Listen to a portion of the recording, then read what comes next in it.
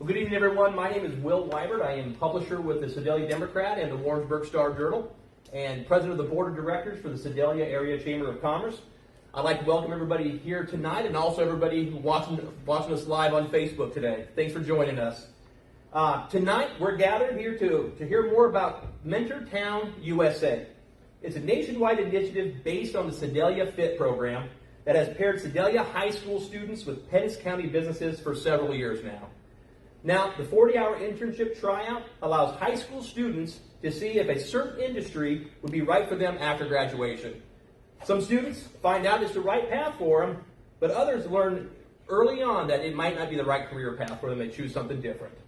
Well, at the Sedalia Democrat, we've had 2 FIT interns.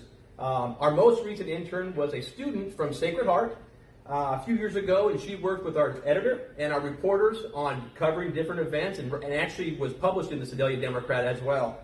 Currently, right now, she is a student at Missouri School of Journalism, and hopefully in a couple years, fingers crossed, she'll be joining our staff here at the Sedalia Democrat. So, that's always a good thing. Now, the Sedalia Area Chamber of Commerce, we're supporters of any program that helps our local businesses and their workforce. MentorTown USA is starting a career path conversation early with students to set a successful path for them. These students will make up the future of our workforce, and we hope Mentor USA can help prepare them for whatever industry they decide to choose. Now, I'd like to introduce Institute Board Chair, Dr. Doug Kibberts.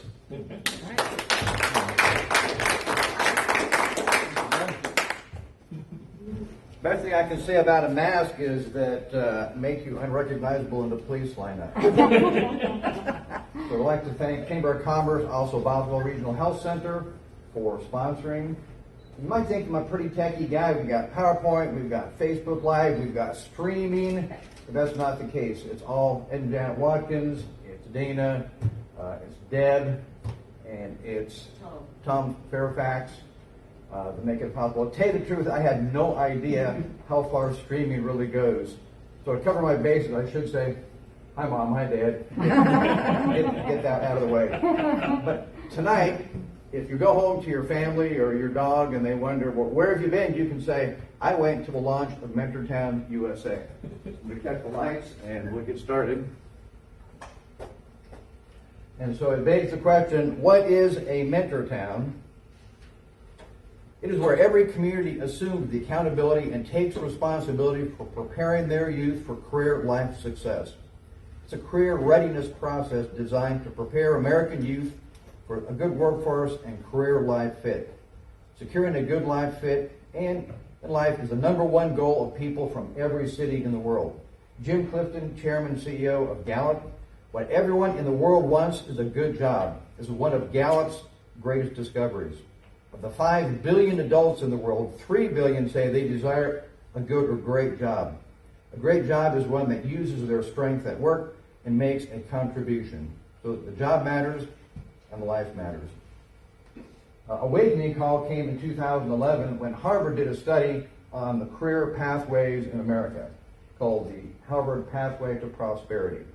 Their conclusion was that the current U.S. system for preparing people for workforce and career life is failed and broken.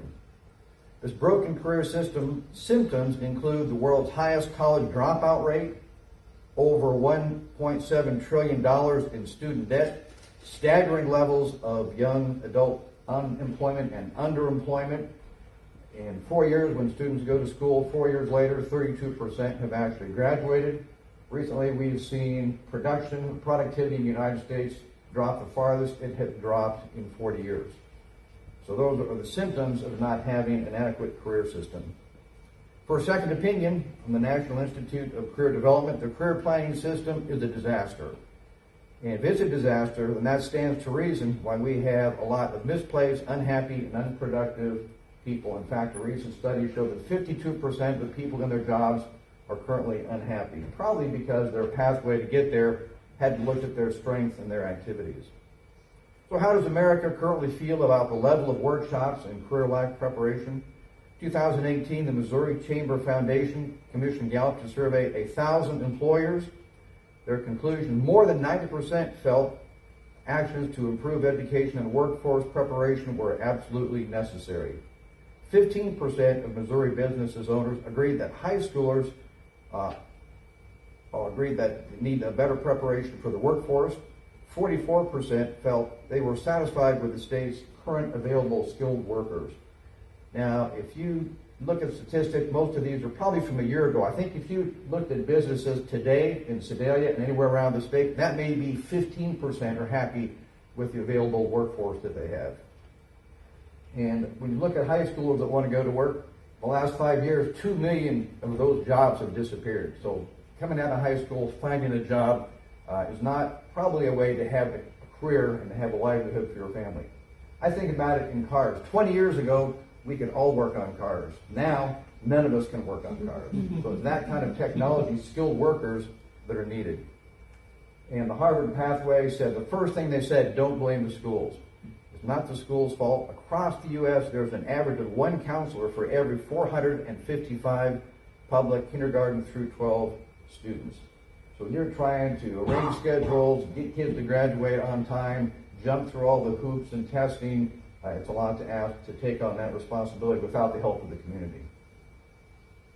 So in today's economy, the goal for every child should be to complete a valued credential, trade or an associate, bachelor, or above degree by the 25th birthday. In Europe, when you're 15 years old, you decide if you want to go toward academics or go to a career in a workforce. So 15 years old, you're going one way or the other. So you say, well, by 25, we should have an associate degree, an apprenticeship, an internship, basically a better goal.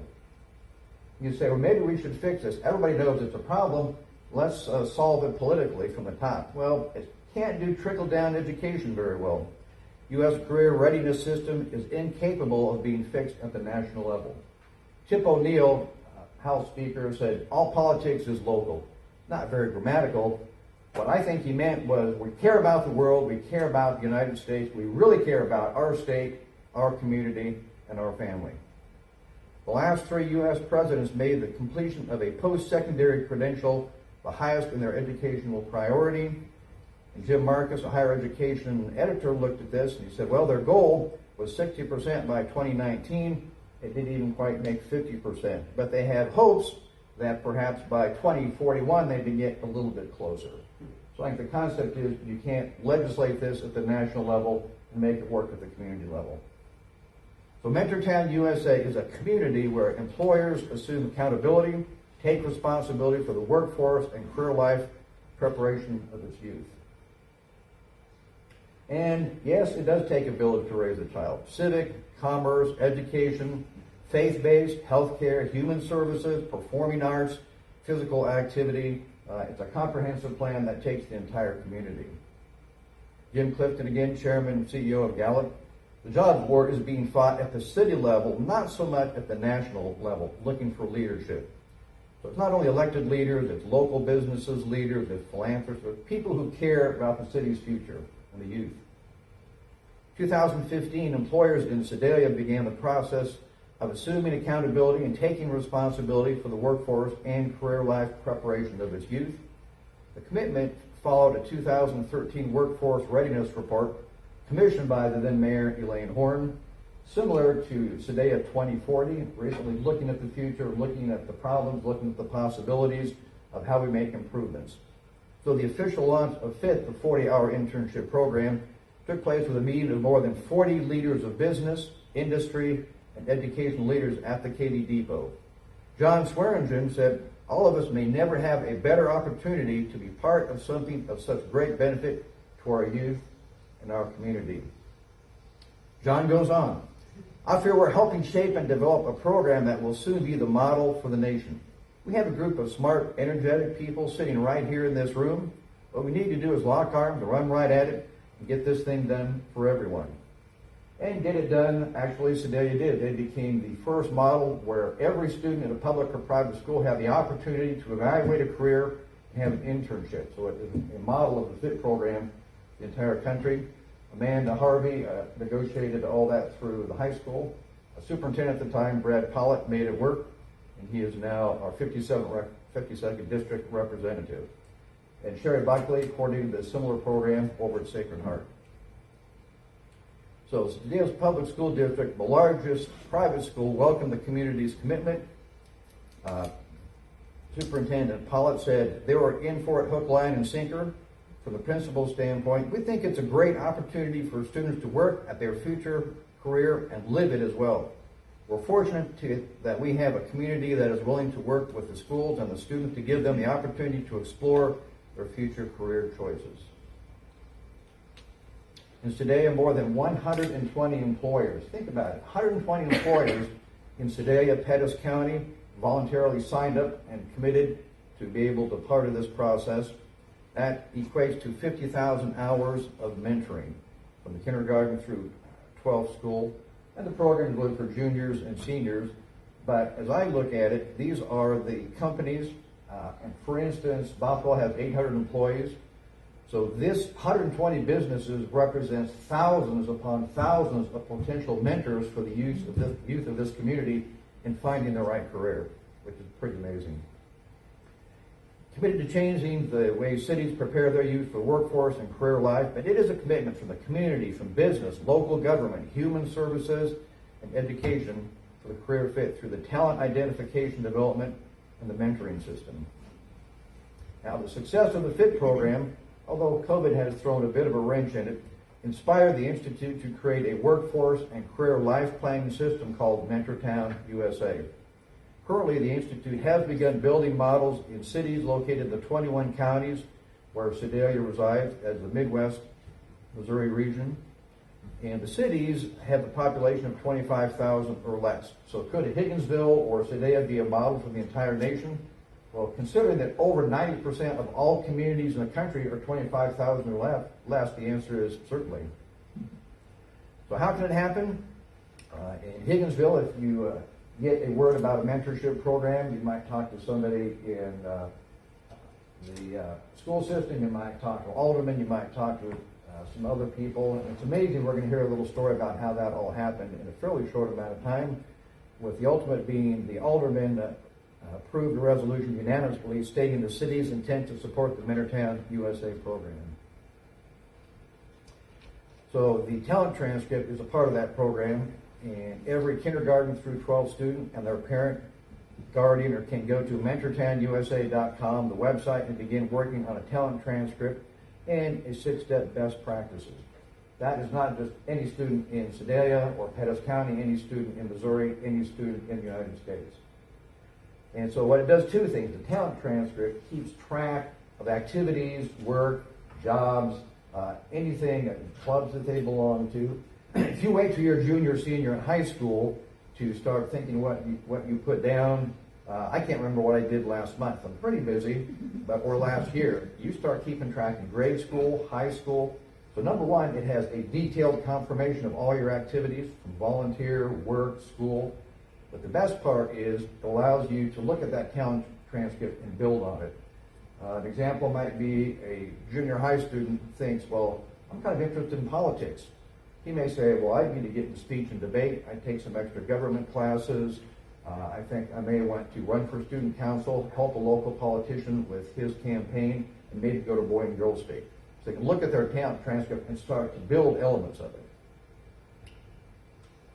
And the 6-step career fit readiness system. So the National Institute for Career Development, this is not a brand new idea. In 1976, this approach designed to start the traditional placement function prior to college.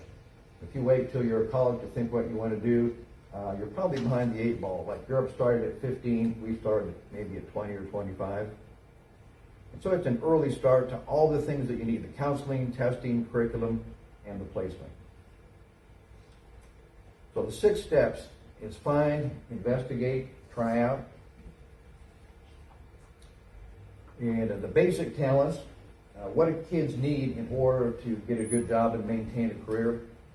Communication in writing, communication in speech, problem solving, decision making, interpersonal relations, intercultural relations, probably more important now than ever, and creativity. Now, not all students are going to have 5 stars in each of these talent areas. They're going to be vary quite a bit, but they have an opportunity to identify those and work on those through the junior high and through the senior high levels in preparation for a better career, whether it's junior college, whether it's a technical school, whether it's an apprenticeship, or going to professional school. Investigation, they investigate those talents. They've looked at their basic skills. They're starting to build on the things that they need. The investigation, most kids look at maybe one or two things they might want to do. A lot of times it's what their parents did, which is fine, but the Department of Labor Statistics has 23 categories of jobs, 10,000 specific job certifications.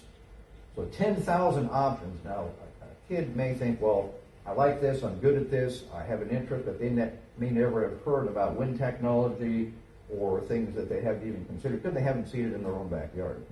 So the investigation is, what are the options out there? Open up the playing field for things they might want to investigate. They can explore different occupations, find out what kind of education does it take, how much do they pay, what is the prospectus for jobs? Is that something that's going to be here in 10 years? If it's developing, is something going to take it over? So they look at the entire lifestyle. Activities, they can plan their activities. That may be in media, arts, athletics, speech, technology, part-time jobs, online programs, activities they can build on their interest in a certain career. Service learning. We all know that there's many advantages to volunteering. Probably the best way to help yourself is to help somebody else. And I think the sooner we teach kids that, the better off our community is going to be. And an internship, doing at least one 40-hour internship after they've narrowed down their choices and found what they might want to do. So may we all be so fortunate to have a mentor or series of mentors to guide our path and progress through life. Now, Dr. Ed Watkins was a vice president at Doane University. He had career development was on his main plate, his table. And the first student that walked in, he thought was kind of a Lou Holtz football coach clone. Not very attractive, skinny legs. He had thick glasses. He talked with kind of a lisp. That student did not do one internship. Instead, I did two. And it led me to medical school at the University of Nebraska, orthopedic surgery at the University of Kansas, fellowship at the University of Virginia, before coming back to Sedalia 35 years ago. So coming back here, I've had the opportunity to pay it forward and pay it back with students from athletic training, nursing, medicine, physical therapy that rotates through my practice. And I've had two fit students, Jay Samantic is here, and Dalton Hermanson. They were both in medical school, both heading toward orthopedic surgery. They both want to come back to Sedalia or a town like Sedalia and practice. And that is the key, because so many kids of this size town say, Sedalia has nothing for me. I'm out of here. But then if they do an internship, they find Sedalia businesses have an impact locally, statewide, nationwide, and in world commerce. They can't believe the things they're seeing. So if we can get kids involved early on, seeing what Sedalia has to offer as far as careers, whether it's a 2-year career that they look at, whether it's an apprenticeship, keep them here, have kids coming back to where they know they can have a good career and build a life. They're community leaders, which makes for a better community, makes for a better state, makes for a better country. You say, well, career plant is a train wreck in this company. Turns out, Sedalia was pretty good at fixing trains at one time. We have the Missouri Pacific, we have the MKT. We fixed more trains in Sedalia than any place west of Mississippi. So why shouldn't we be a place that can fix things like this, or a Higginsville? You say, well, what does it take for a town to be a Mentorship USA town? Well, it takes a champion of some sort. That champion can be a mayor, can be some of the Chamber of Commerce, Boys or Girls Club, can be a county commissioner. Because what Margaret Mead taught us is that never doubt that a small group of committed people can change the world. Indeed, that is the only thing that ever has. And so MentorTownUSA.com launches today. And to kind of find out how that may evolve in a similar community, I'd like to ask Aaron Nittmeyer, who is the superintendent of schools at Higginsville, to tell us about their experience.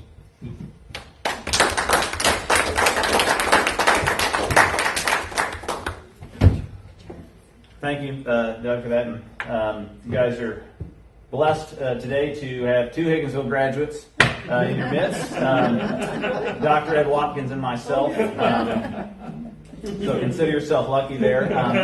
But when he approached me last spring, I believe it was, as I was getting ready to take over the role of superintendent at Higginsville, and he came with this incredible passion that really mirrored my own for career planning and preparing our students for life.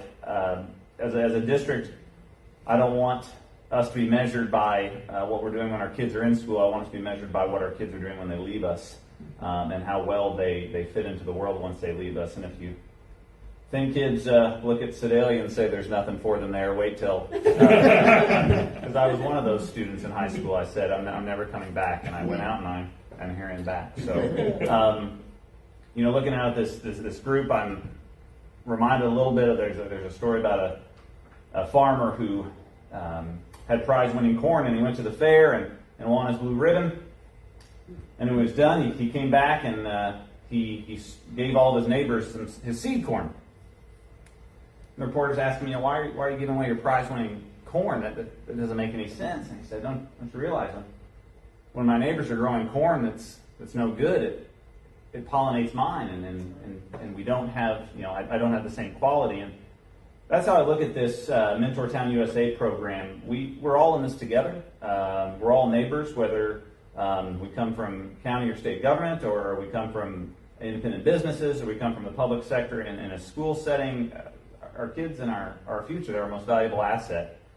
And so the ideas set aside and set forth in MentorTown USA are really great, because they bring us all together. And as they pointed out, our board of aldermen, our chair of economic development, our mayor, our chamber of commerce representative, they're all on board in Higginsville, and we're gonna move forward with this. And what that's going to look like for us in the state of Missouri. Half of a credit of personal finance is a requirement,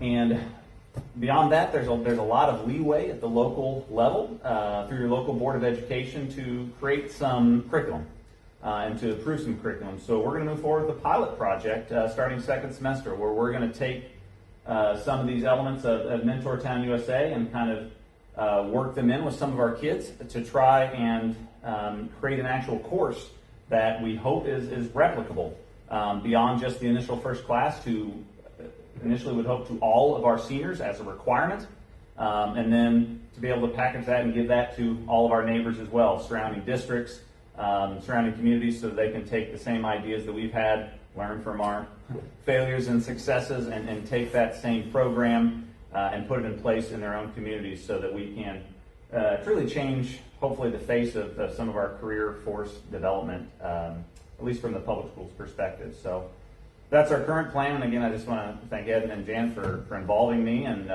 bringing your passion back home to Higginsville. It's great, and we've got a lot of good things coming. So thank you.